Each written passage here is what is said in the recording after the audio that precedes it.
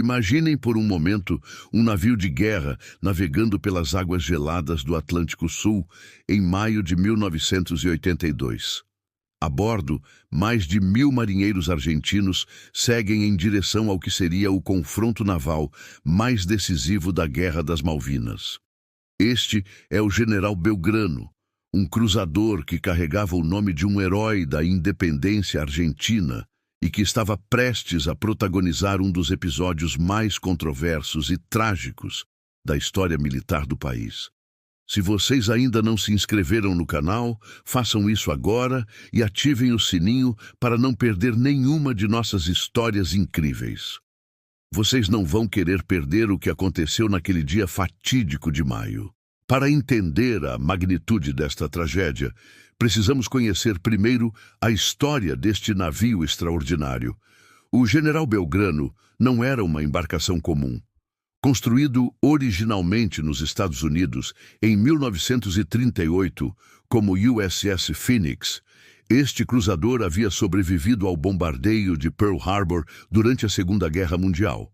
Em 1951, foi transferido para a Argentina como parte de um acordo militar, sendo rebatizado em homenagem a Manuel Belgrano, um dos fundadores da nação argentina. Durante 3 décadas, serviu como orgulho da Marinha Argentina, participando de exercícios navais e representando o poder militar do país nos mares do Atlântico Sul. As tensões entre Argentina e Reino Unido pelas Ilhas Malvinas vinham se intensificando há décadas. Para os argentinos, essas ilhas eram território nacional ocupado ilegalmente pelos britânicos. A situação chegou ao ponto crítico em 1982, quando a junta militar argentina, enfrentando uma grave crise econômica interna, decidiu recuperar as ilhas pela força. Em 2 de abril de 1982, tropas argentinas desembarcaram nas Malvinas, ocupando o arquipélago em uma operação militar que surpreendeu o mundo. A resposta britânica foi imediata e determinada. A primeira-ministra Margaret Thatcher ordenou a formação de uma força-tarefa massiva para retomar as ilhas. Mais de 100 navios foram enviados para o Atlântico Sul, incluindo porta-aviões, destroyers e submarinos nucleares. A viagem de 8.000 milhas até as Malvinas levaria semanas, tempo que ambos os lados utilizaram para preparar suas estratégias militares. Do lado argentino, o general Belgrano foi designado para uma missão crucial. Comandado pelo capitão Héctor Bonzo, o cruzador deveria liderar um grupo naval que incluía 2 contratorpedeiros de escolta. O plano era formar uma pinça naval. Enquanto o porta-aviões 25 de maio atacaria a frota britânica do norte, o Belgrano atacaria do sul, criando uma situação de combate em 2 frentes que poderia causar danos devastadores ao inimigo.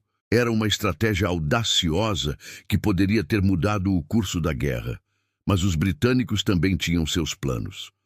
O submarino nuclear HMS Conqueror, uma das armas mais letais do arsenal britânico, havia sido enviado para patrulhar as águas ao redor das Malvinas. Equipado com sistemas de detecção avançados e torpedos modernos, o Conqueror era praticamente invisível sob as ondas. Em 30 de abril, o Conqueror detectou o grupo naval argentino liderado pelo Belgrano.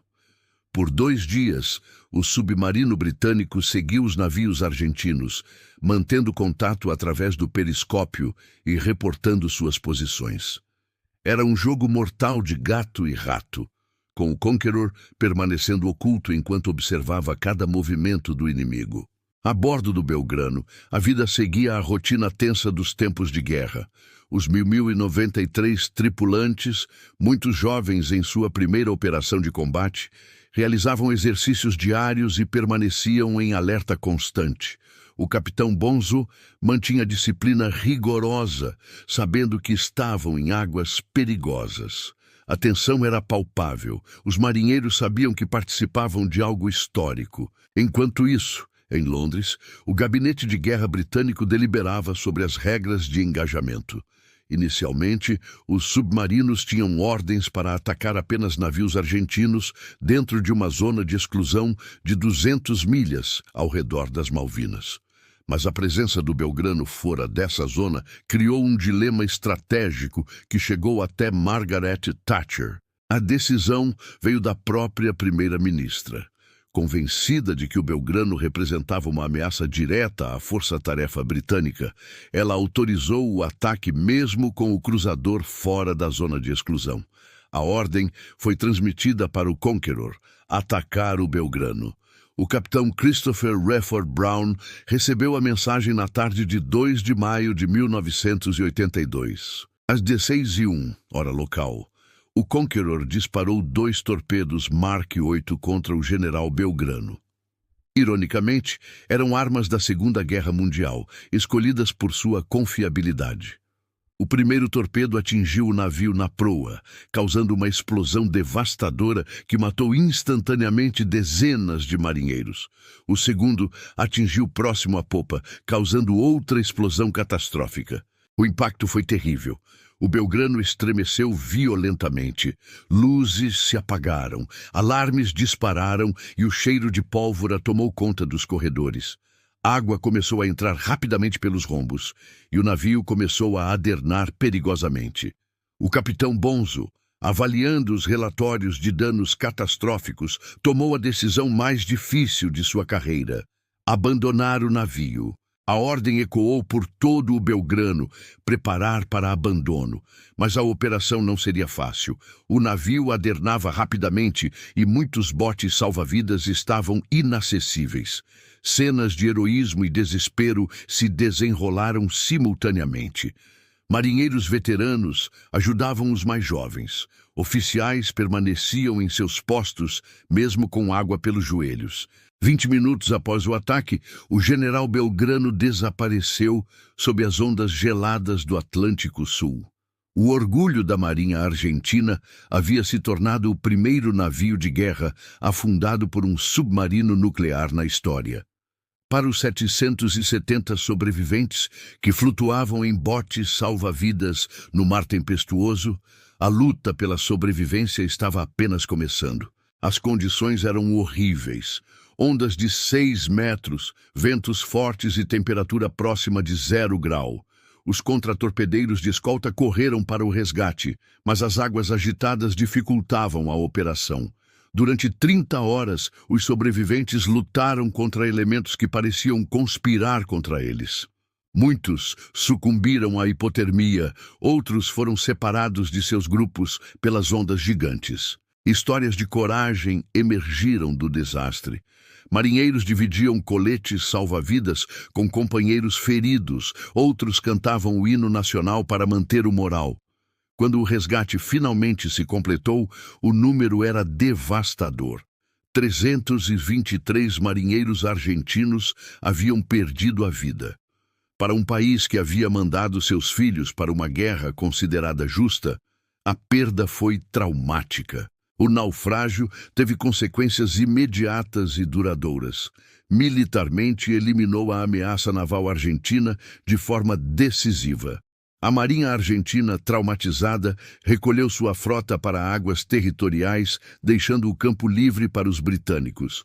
Politicamente, gerou controvérsia internacional sobre a legitimidade do ataque a um navio fora da zona de exclusão. Para a Argentina, o naufrágio marcou o início do fim da aventura militar nas Malvinas. A perda de 323 vidas jovens chocou o país e minou o apoio público à guerra. Manifestações que antes apoiavam a recuperação das ilhas começaram a questionar o custo humano do conflito. O impacto psicológico foi profundo. O Belgrano representava não apenas um navio, mas um símbolo de capacidade militar e orgulho nacional. Sua perda foi vista como uma humilhação que ecoaria por décadas. As famílias dos marinheiros perdidos se organizaram para preservar sua memória, e o 2 de maio se tornou um dia de luto nacional. A guerra continuou por mais 5 semanas, mas o destino estava selado. Sem apoio naval significativo, as forças argentinas nas Malvinas ficaram isoladas. A superioridade britânica, estabelecida após o naufrágio, permitiu que desembarcassem e avançassem sobre as posições argentinas. A guerra terminou em 14 de junho, com a rendição argentina. O capitão Bonzo, que sobreviveu, carregou o peso da perda pelo resto da vida. Sua decisão de abandonar o navio salvou centenas de vidas, mas a culpa permaneceu. Os sobreviventes formaram uma irmandade única, unidos pela experiência traumática. Muitos sofreram estresse pós-traumático, outros nunca retornaram ao mar.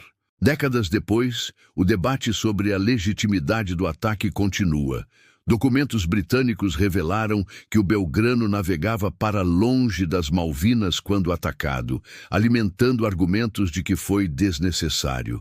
Outros documentos mostraram que o navio tinha ordens para atacar navios britânicos, justificando a ação preventiva. Para a Argentina, a derrota militar precipitou a queda da junta e o retorno à democracia. O naufrágio se tornou símbolo da futilidade da guerra, usado por escritores e artistas como metáfora para sonhos nacionais destruídos. O navio que deveria ter sido instrumento de vitória se tornou memorial à tragédia. O general Belgrano repousa hoje no fundo do Atlântico Sul, a 4.000 metros de profundidade, preservado pelas águas geladas. Ocasionalmente, famílias organizam expedições para depositar coroas no local, mantendo viva a memória dos que partiram. O local do naufrágio permanece como um túmulo marítimo sagrado. A história transcende a narrativa militar para se tornar reflexão sobre liderança, sacrifício e consequências das decisões políticas. Para os argentinos, representa um momento de inflexão na história nacional, marcando o fim do aventurismo militar e o início de uma reflexão profunda sobre o lugar do país no mundo. O legado continua influenciando a política argentina. Debates sobre soberania e uso da força frequentemente fazem referência ao naufrágio como exemplo do que pode dar errado quando a diplomacia falha. A memória serve como lembrete de que decisões em gabinetes de guerra têm consequências humanas reais. A coragem dos marinheiros do Belgrano continua inspirando gerações. Suas histórias são contadas em escolas, preservadas em museus e honradas em cerimônias. Representam o melhor da tradição naval argentina: profissionalismo, coragem e sacrifício pelo país. O naufrágio também mudou a guerra naval moderna, sendo a primeira vez que um submarino nuclear afundou um navio de guerra inimigo. O evento influenciou doutrinas navais mundiais e mostrou como a tecnologia havia mudado a natureza do combate marítimo. A história do general Belgrano nos lembra que por trás de cada evento histórico há pessoas reais, marinheiros jovens que nunca voltaram, famílias destruídas, sonhos interrompidos.